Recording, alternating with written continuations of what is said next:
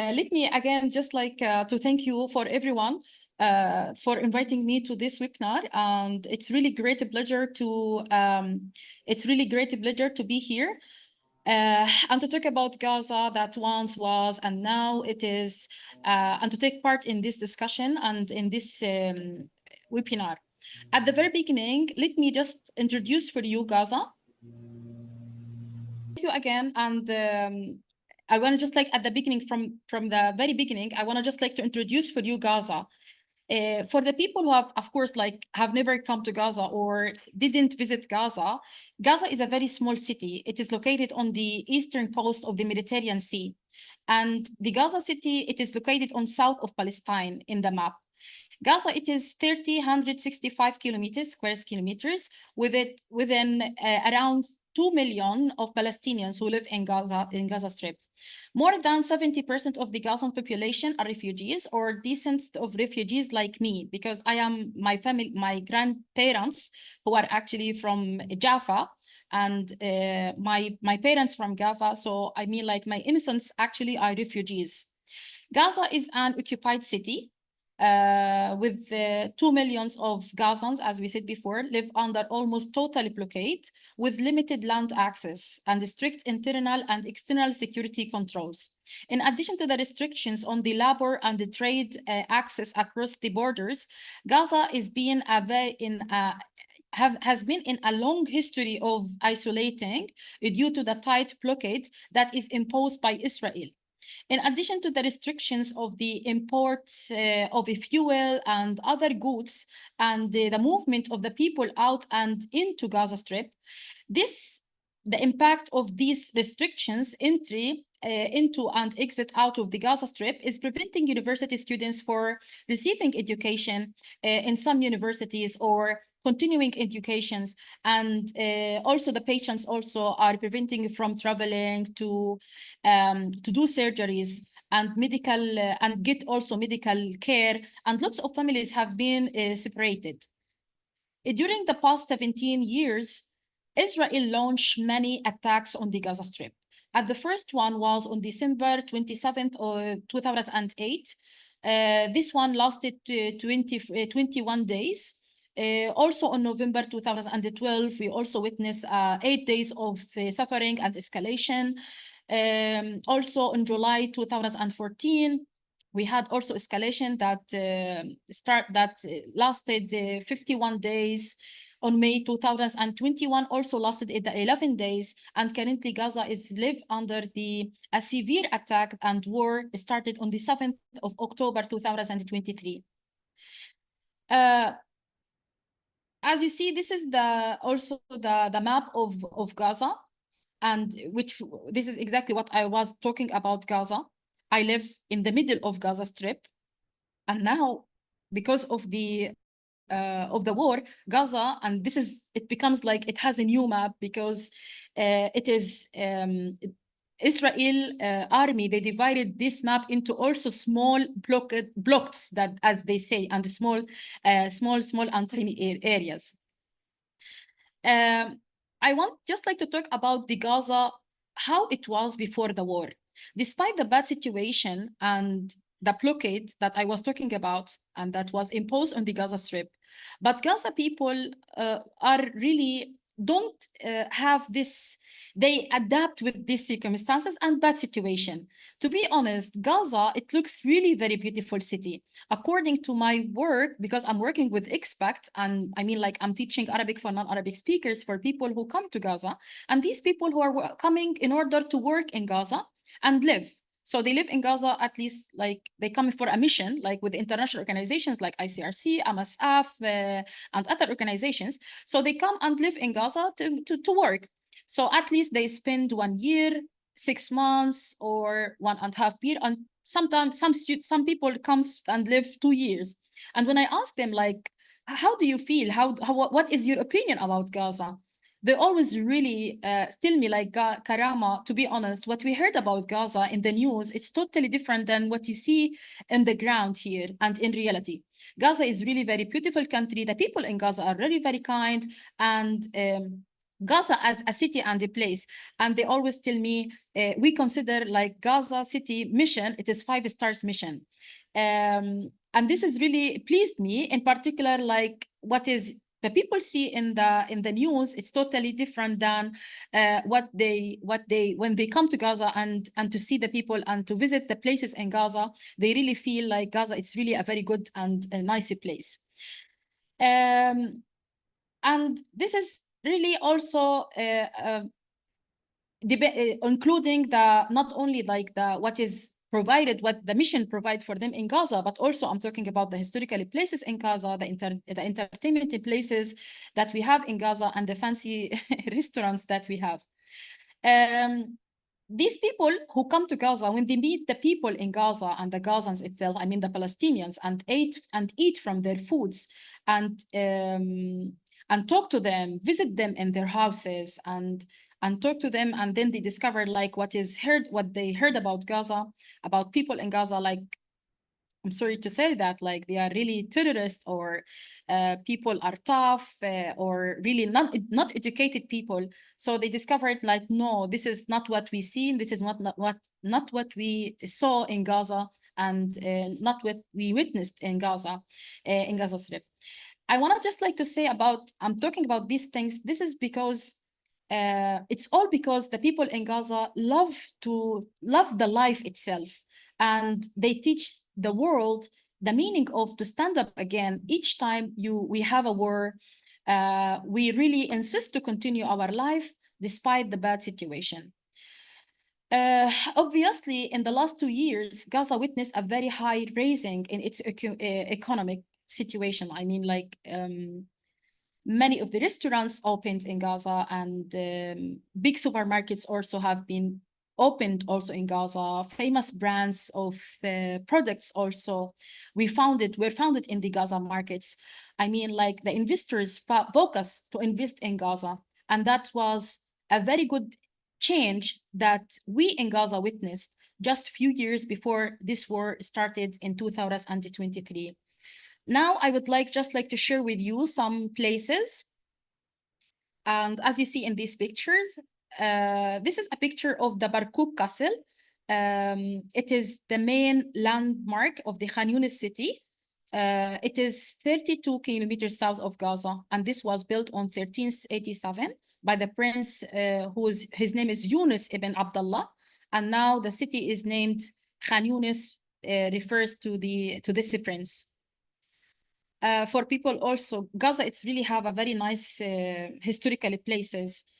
I want to just like to say, like most of the old Khan Yunis city was even destroyed by the British during the First World War, but and like the modern residential houses were built afterwards around what remains of the castles. For instance, we have like the main gate is still, and the small mosques, but it's not used now, and couple of empty rooms upstairs.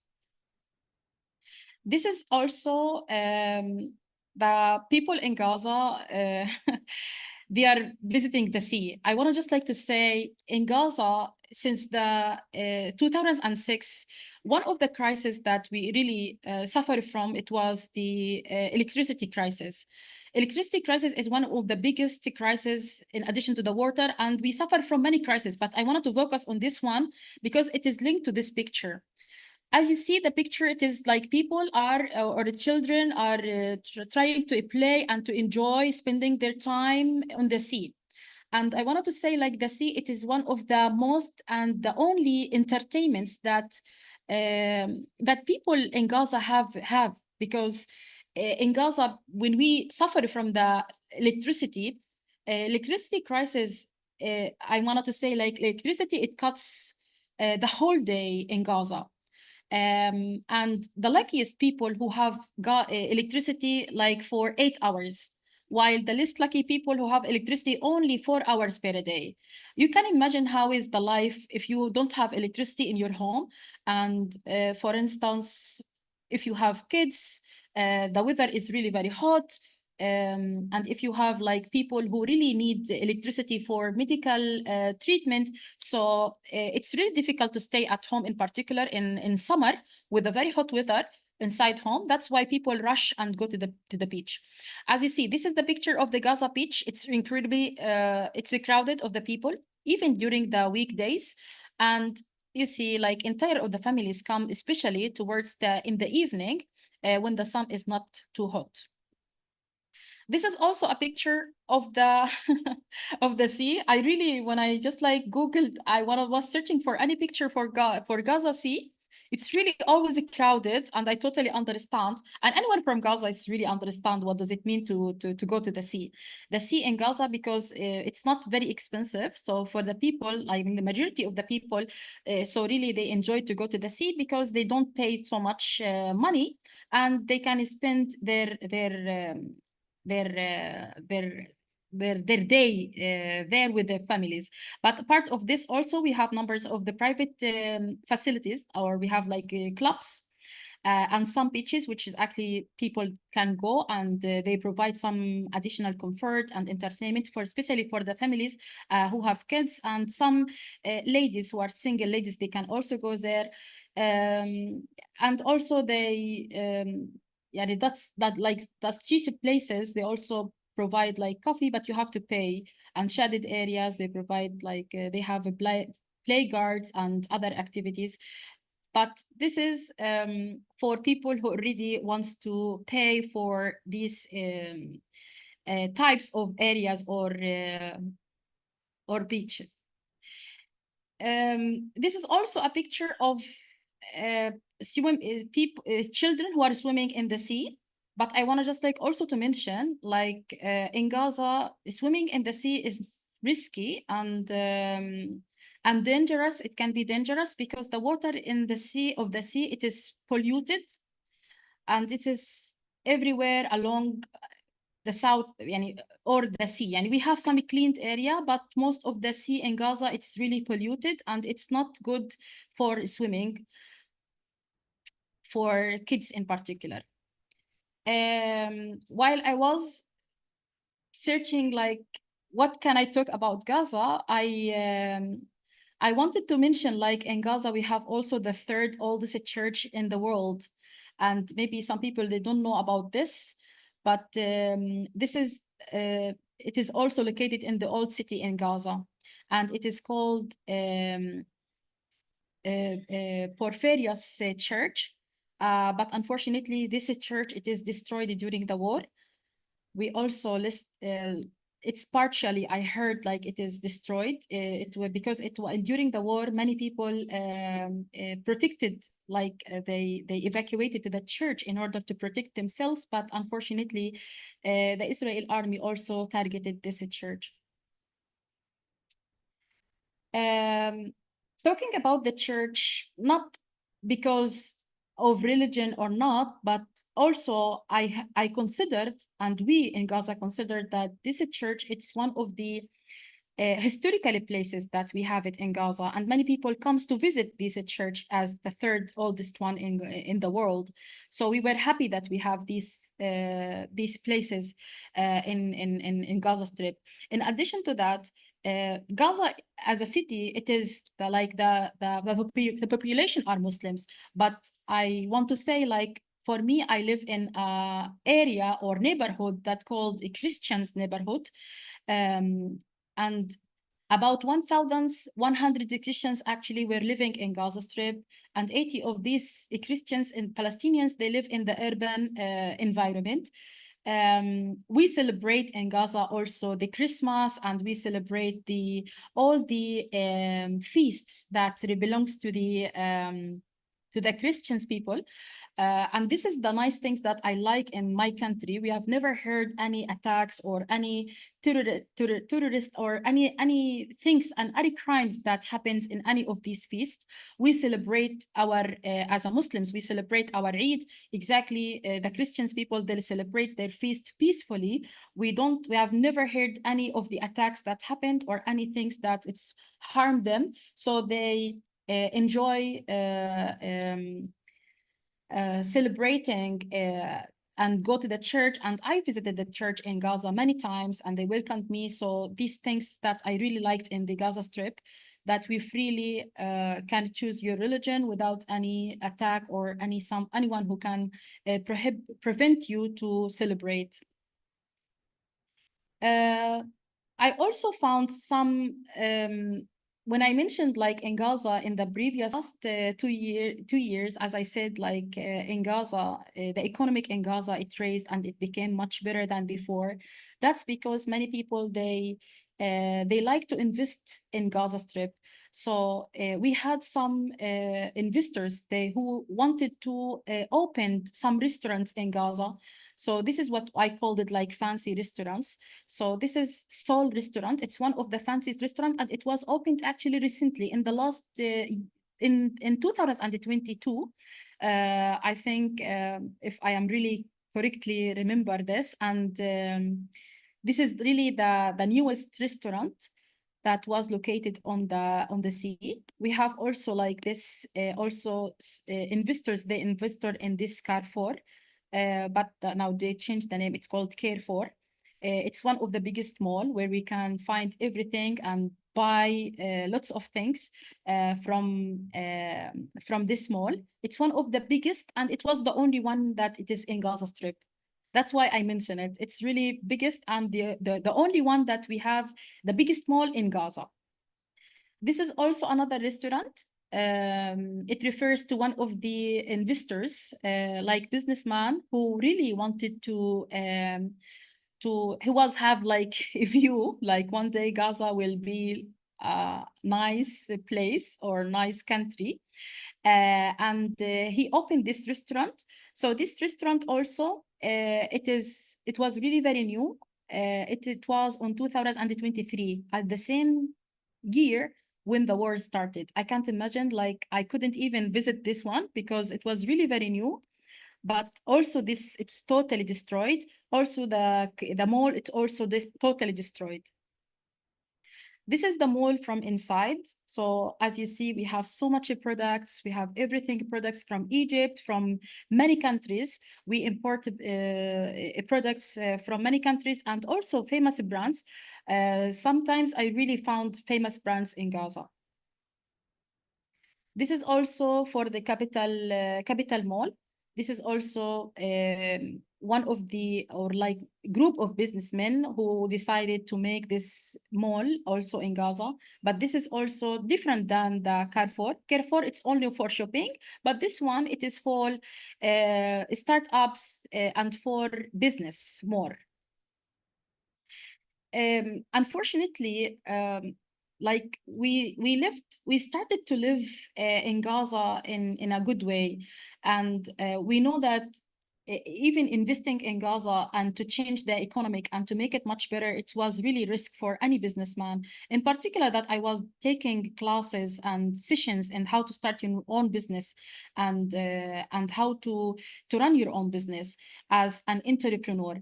It was really risking to put all your money to invest in Gaza Strip. However, these businessmen, they know like this is risk to put their money to invest in a country which is actually not stable, because for every year or every 2 years we have escalations that we witness. And this escalation, sometimes they target these places and these like towers and big malls and supermarkets. So we know these things, but despite all these things, but they really each time they target them, they start to rebuild themselves again. And we as Gazans, we say no, we have to insist to build ourselves again and to build Gaza again, and to show them like we deserve to have rights and we deserve to have life exactly as we are outside Gaza, exactly as the people who live outside Gaza. Unfortunately, all the pictures that I showed to you, when I was searching for how they are now, it's really destroyed, and it's really looking like very, very, very bad, because it's only destruction. Now, Gaza, it is for 350 days of the genocides. that is conducted against the people who live in Gaza Strip. And according to the statistics that I was really searching from Ministry of Health and many news, the death of toll actually it reached more than 41,000 since the war started in Gaza. I mean, since the 7th of October. And also the people who have been injured in Gaza, as you see, also according to the statistics, 95,550. What I wanted to say, it's really very difficult to accept this huge number of people who have been killed and casualties as well. This is very bad because this it is ongoing and it is still increasing. I hope that you understand, like, if you miss someone and like this it should stop. Not only to like all the people are just like watching and they know like the number of the people have been missing. It's every day, every day, every day. We are not talking about one or two. We are talking about hundreds of people are being killing. I'm talking about South Gaza or North Gaza. I want to just like to talk about something which is really important also for me. It's my experience when I left Gaza, and this is many people, they don't understand how it is started because people, they think like this is like Hamas, or this is how it started, or why this is started, because they want to do this or they want to attack. When I made this introduction, this is the answer of the people who actually always say like who started this war and why this is started. It is like we are talking about a long ongoing of a like history of suffering. And when I'm talking about these things, I'm not talking about only about like few years ago, but no, I'm talking about ongoing since 2006 until 2023. We are really still suffering. The things that I showed about the part of Gaza and the nice things in Gaza, it's only the way how we adapt with the bad situation. That's it. On the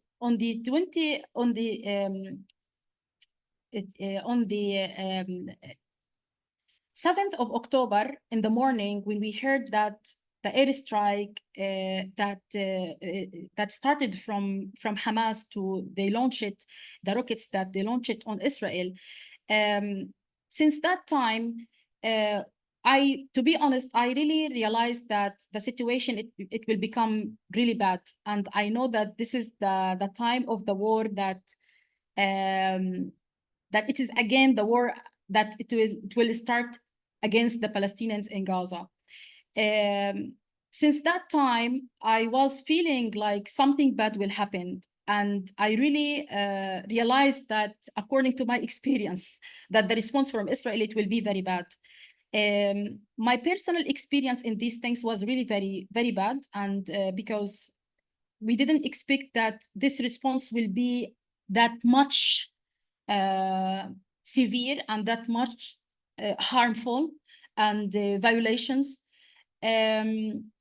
What happened at that time, on the 13th of October, we received a call from the Israeli army asking us to evacuate the house, and we don't have time to evacuate. So they give us only a few hours in order to leave. At that time, it was really very difficult to decide to leave your house and to go to the South Gaza. It's not like to leave and to go to another area. No, you leave all the neighborhood and to leave from North Gaza to South Gaza. That was really very difficult and hard decision to do that.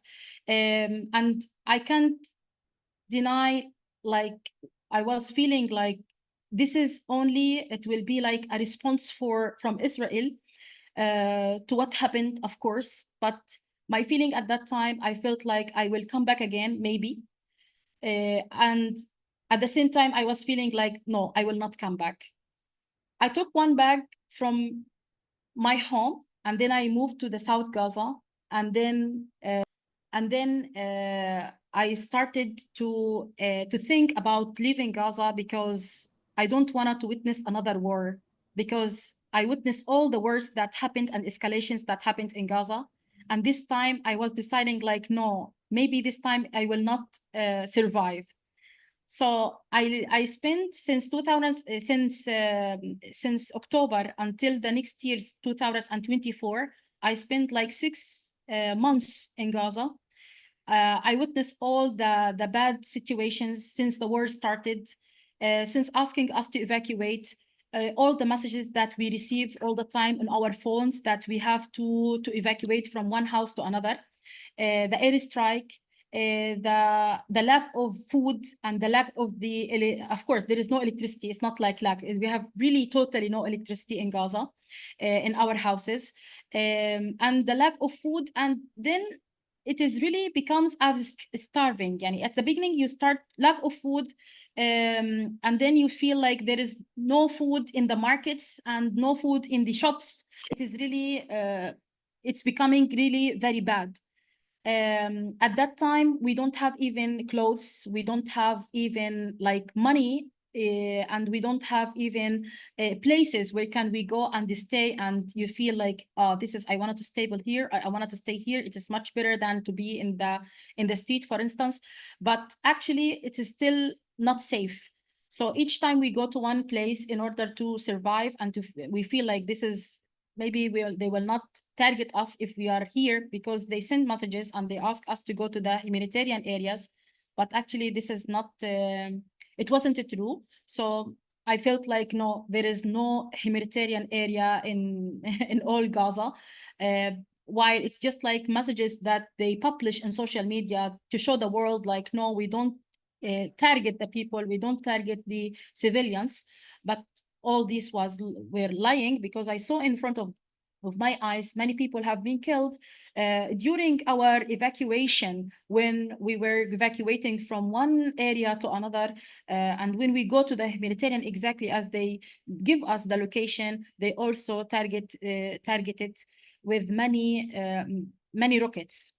The pictures that I shared, it is from my neighborhood. It is in North Gaza. These pictures were taken from my phone. This is also the mosque that I used to pray when I was in North Gaza. It's called Al Abbas Mosque. The car of my friend also. She is in North Gaza also, and she's my neighbor.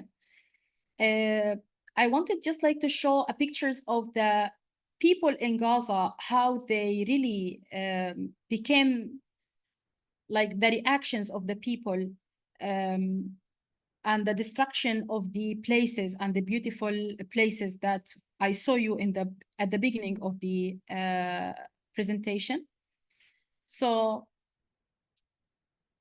I don't know if you can imagine yourself like one of these people who are evacuating and searching for a safer place in order to protect themselves.